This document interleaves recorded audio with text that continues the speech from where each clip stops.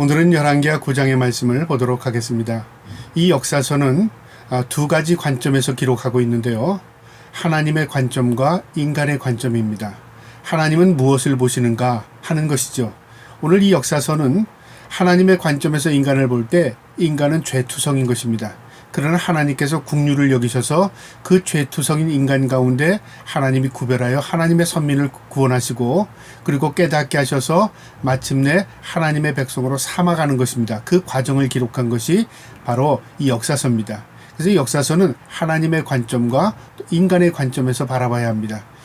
이 뒤편에 나오는 역대기는 바로 인간의 관점에서 기록한 것입니다. 제사장 관점이라고 말하는데요. 인간의 편에서 비록 죄인이고 부족하지만 그래도 선민된 이스라엘 민족이 하나님 앞에 구별된 삶을 살려고 했고 이방 민족과는 다르게 그래도 하나님을 섬기며 살았다. 그리고 하나님 앞에 긍휼과 은혜를 덧입을 만한 하나님의 백성이라는 인간의 관점으로 기록한 것이 바로 역대기입니다. 오늘 이 열왕기하는 하나님의 관점에서 보면 우리가 이해하기가 쉽습니다. 하나님의 관점에서 보면 어떨까요? 인간은 모두 죄인입니다. 의롭다고 하지만 인간이 도토리 키재기라 그 말이죠. 그래서 우리가 죄인임을 고백하고 사는 것이 하나님의 은혜와 긍휼을 입은 자들의 모습인 것입니다. 오늘 하나님의 관점, 제사장의 관점에서 이 말씀을 보도록 하도록 하겠습니다. 열왕기하 9장 1절에 선지자 엘리야가 선지자의 제자 중 하나를 불러 이르되 너는 허리를 동이고 이 기름병을 손에 가지고 길르앗 라못으로 가라. 이제 엘리사 선지자가 자신의 생도 가운데 한 생도를 택해서 너는 내 명령 따라 빨리 길르앗 라못으로 가서 한 사람을 만나라. 그 사람은 예후라는 사람인데 예후 장군인데 그 사람의 머리에 기름을 부어서 하나님께서 당신에게 왕위를 계승하겠다고 한다 하는 그 하나님의 말씀을 전하고 너는 뒤도 돌아보지 말고 곧장 내게로 오라. 그렇게 엘리사 선지자가 이 생도에게 명령을 내렸습니다. 이 선지자 생도는 그 선생님의 말을 듣고 길르앗 라못으로 쫓아간 겁니다. 그래서 그 사람들이 모이는 곳에 가서 장군님을 만나러 왔는데요. 그랬더니 그 무리들 가운데 있던 어느 장군을 만나기 원하느냐? 그렇게 물은 겁니다. 장군들이요. 그랬을 때 예후 장군을 만나기 원합니다. 그때 그 자리에 예후 장군이 있었습니다.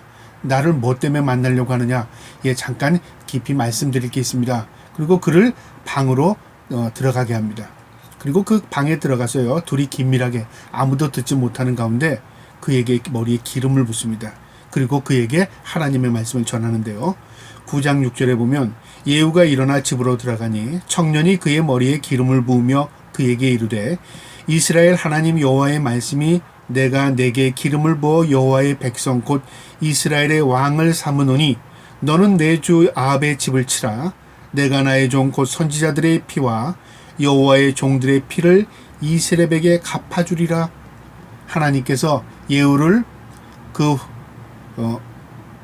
아합의 그 집안을 심판하고 이제 그를 왕을 삼겠다는 것입니다. 그런데 조건이 있는 것이죠. 네가 예후의 그 집안을 모두 처단하라는 것입니다. 그러니까 이것은 혁명이라는 것이죠. 오늘날도 세상 곳곳에는 혁명이라는 사건들이 일어납니다. 군사 쿠데타가 일어나기도 하고요. 또 정권이 하루 아침에 바뀌기도 합니다. 이런 일들을 볼 때 우리는 여러 가지 관점에서 판단합니다. 저 사람의 권력이 부패해서 그래. 저기가 힘이 있어서 그래. 군인들이 힘을 모아서 쿠데타를 일으켜. 우리 인간적인 관점에선 다 자기 나름대로 해석을 합니다. 그런데 성경을 보면요. 모든 흥망성쇠는 하나님의 손에 있습니다. 역사를 주관하시는 분이 하나님이시라고 말입니다. 심지어는 군사 쿠데타까지도. 그걸 인정한다는 내용이 아닙니다. 하나님께서 예후를 인정해서 하나님께서 사용하는 도구가 아니었습니다. 예후의 성격을 보면 다혈질이고요. 급하고 그 다음에 또 그가 성격적으로 보면요. 정의로운 것 같지만 어떤 면으로 보면요. 인간적으로 굉장히 사악한 자였습니다. 그런데 하나님께서 이 예후를 사용하는 것은요. 그 예후의 성격에 심판의 도구로 쓰기가 딱 알맞는다 그 말이죠. 그러니까 어떤 면으로 보면 선한 도구라기보다는 하나님의 심판의 도구로 예후를 사용한 것입니다. 어쨌든 예후는 머리에 기름을 부음을 받고 그 다음에 하나님의 선지자 생도를 통해서 자신이 왕의 계승자로서 하나님이 인정하신다. 그리고 또 그 집안을 심판하는 도구로 하나님이 사용한다는 것을 들었습니다. 그리고 이 선지자는요, 이 선지자 생도는 10절에 이스라엘 지방에서 개들이 이세벨을 먹으리니 그를 장사할 사람이 없으리라. 이제 하나님의 심판이 이 아합의 집안에 임하게 되면 그 시체도 수습하지 못할 정도의 비참한 모습이 보여질 것이요, 그 일을 당신이 해야 하오. 그렇게 전달하고요, 그는 문을 열어 도망하듯이 그 집을 뛰쳐나옵니다. 그리고 예후는 이제 장군들에게 가게 되는데 장군들이 궁금한 겁니다. 그 아까 청년이 와서 무슨 얘기합니까? 그렇게 물은 거죠.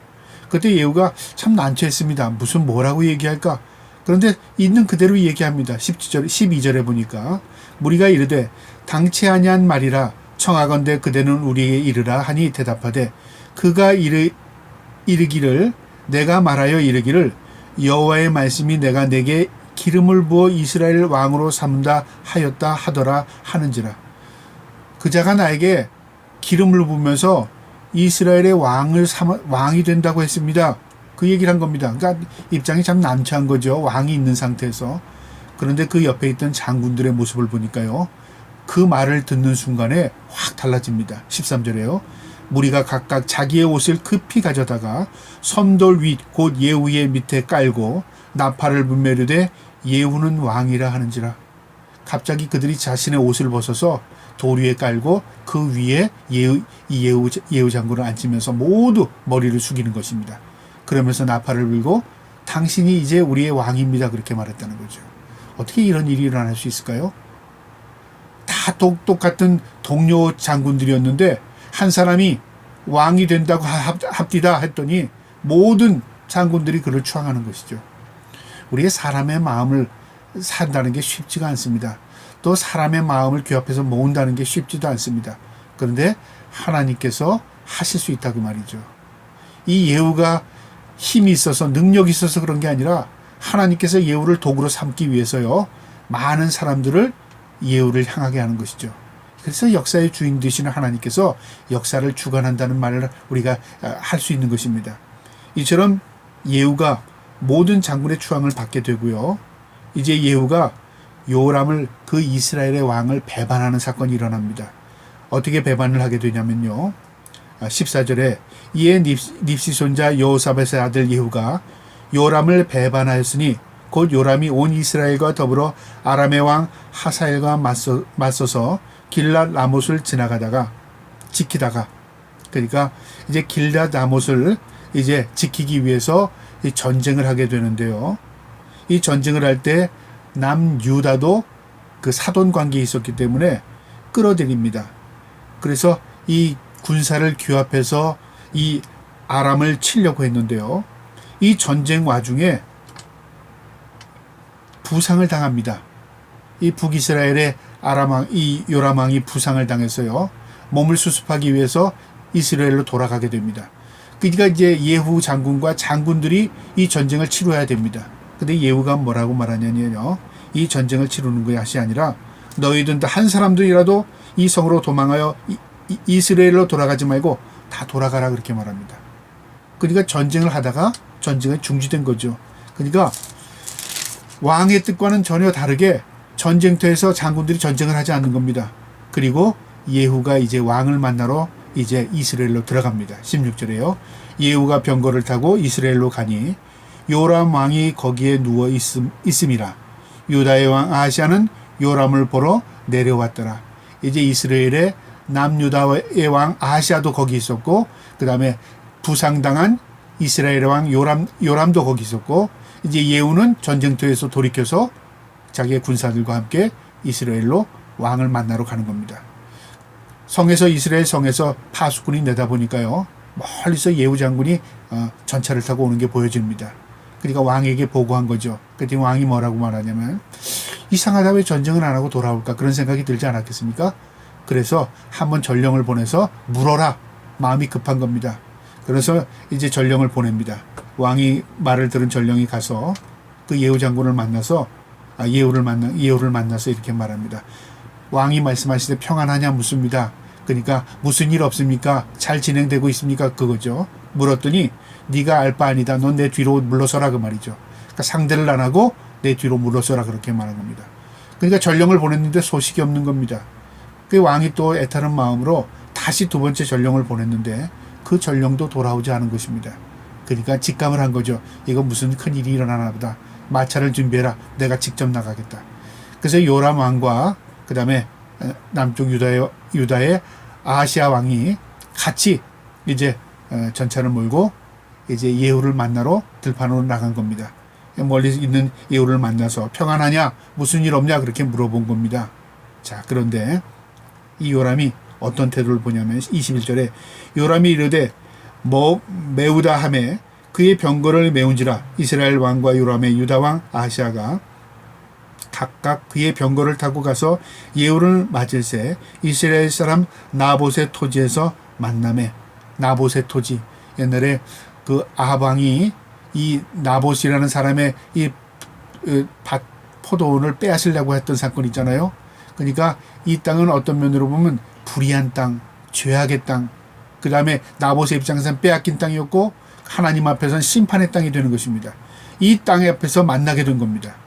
그래서 물은 겁니다. 내가 평안하냐? 물었더니 이 예후가 뭐라고 말하냐면 내 어머니 이세벨의 음행과 술수가 이렇게 많으니 어찌 평안이 있으랴. 그 장군이 말하는 입에서 뭐라고 말하냐면 네 어머니 때문에 우리가 편안할 수 있느냐. 네 어머니가 음행을 하고 술수가 이렇게 많으니 하나님 앞에 범죄했으니 우리가 편안히 살 수가 있느냐 그 말이죠. 그러면서 23절에 요람이 곧 손을 돌이켜 도망하여 아하시아에게 이르되 아하시아여 반역이로다. 이 낌새를 챈 요람 왕이 마차를 돌려서 도망하면서 남유다의 왕 아하시아에게도 반역이요 도망치시오 그렇게 말한 거죠. 그리고 전차를 몰아서 반대편으로 도망을 하는데 예후가 활에다가 화살을 놓고 땡겨서 쏜 겁니다. 24절에 예후가 힘을 다하여 활을 당겨 요람의 두 팔 사이를 쏘니 화살이 그의 염통을 꿰뚫고 나오매 그가 병거 가운데 엎드러지니라. 예후가 활을 쐈더니 그 활이 정확하게 심장에 가서 박힌 겁니다. 이 일로 인해서 예후는 그 자리에서 죽게 되고요. 그 다음에 군사들은 또 누구를 쫓아가냐면 남유다의 왕 아하시아를 쫓게 되는 겁니다. 그리고 이 시체는 나봇의 밭에 던져집니다. 그러니까 예언이 그대로 성취되는 것이죠. 자신의 아버지가 빼앗은 그 땅에서 그의 자식이 죽게 되는 겁니다. 그 다음에 26절에 보면 여호와께서 말씀하시기를 내가 어제 나봇의 피와 그의 아들들의 피를 분명히 보았노라. 여호와께서 또 말씀하시기를 이 토지에서 내게 갚으리라 하셨으니 그런즉 여호와의 말씀대로 그의 시체를 가져다가 그의 밭에 던질지니라 하는지라. 하나님의 명령대로 말씀대로 그대로 그 후대에게 미루어지는 것입니다. 여러분 우리가 인생을 살 때 나 하나에게 국한된 인생이 아니라는 거죠. 내가 어떻게 사느냐는 따는 내 자손들 후손들에게도 영향을 미치게 됩니다. 내가 올바로 살면 하나님의 축복이 내 자손에게 임하고요. 내가 불의하게 살면 내 당대에선 그걸 보지 못할 것 같지만 내 후대에게는 그 불의한 그 행위를 통해서 후대에게 영향을 미치게 됩니다. 그래서 심은 대로 거둔다는 말이 우리의 삶의 자연이 질 뿐만 아니라 우리의 인생의 모든 부분에 적용이 되는 것입니다. 내가 하나님 앞에 믿음을 심으면 우리의 후손들이 믿음의 열매를 걷게 되고요. 내가 악과 불의한 것을 심게 되면 우리의 자손들이 그 엉겅퀴를 거두게 되는 것입니다. 이것이 성경이 우리에게 주는 교훈입니다. 27절에 유다의 왕 아하시아가 이를 보고 정원의 정자 길로 도망하니 예후가 그 뒤를 쫓아가며 이르되 그도 병거 가운데서 죽이라. 부하들에게 명령하는 겁니다. 도망가는 남유다의 아하시아에게도 그를 죽이라 그렇게 명령합니다. 무기토고까지 도망하여 거기서 죽으니라. 남유다 거기까지 쫓아가서 결국 남유다의 왕 아하시아도 죽게 되는 것입니다. 그리고 예후가 이제 왕들을 죽인 이후에 이스라엘 성 북이스라엘 이제 수도 성으로 입성을 합니다. 그때 그의 어머니였던 이세벨이 그를 보고 나옵니다. 마중을 나오는데 어떻게나 자기의 권력을 믿은 거죠. 이 여인이. 그러면서 당당하게 예후에게 이렇게 말하는 겁니다. 31절에 예후가 문에 들어가며 이르되 주인을 죽인 너 심의여 평안하냐? 네가 감히 왕을 죽여? 네 주인을 죽여? 널 편안할 줄 알아? 그렇게 말한 거죠. 그때 예후가 뭐라고 말하냐면 예후가 그 창 밖에서 창 위에서 내려다보는 그 이세벨을 바라보면서 그 옆에 있는 내시들에게 이렇게 말합니다. 내 편이 될 자가 누구냐?